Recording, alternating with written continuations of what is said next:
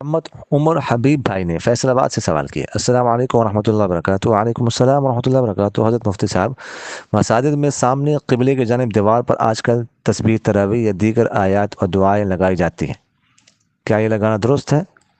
نیز کیا دوران نماز ان کے سامنے لگا ہونے یا توجہ مبذول ہونے کی صورت میں نماز میں خلل و فساد واقع ہوگا؟ یعنی اس کے بارے میں ذرا رہنمائی فرما دیجیے۔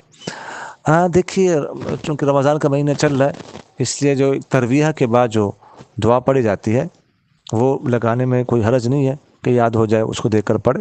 ایک تو یہ ذہن میں رکھیے گا کہ یہ دعا صراحت کے ساتھ، ان کلمات کے ساتھ، تمام کلمات کے ساتھ کسی حدیث میں نہیں ہے، مختلف حدیث میں اس کے کلمات ہیں، ایک جگہ پر نہیں ہے۔ باقی کرنے میں کوئی حرج نہیں ہے، بہتر ہے یہ دعا پڑھی جائے، سامنے لگی ہو ترویہ کے بعد پڑھے، لیکن نماز میں نہیں پڑھ سکتے، اور نماز میں اس کی طرف توجہ بھی نہیں کرنی چاہیے، اس سے بچنا چاہیے۔ باقی لگا دے تو ایک جگہ پر، حرج اس میں کوئی نہیں ہے۔ جزاکم اللہ۔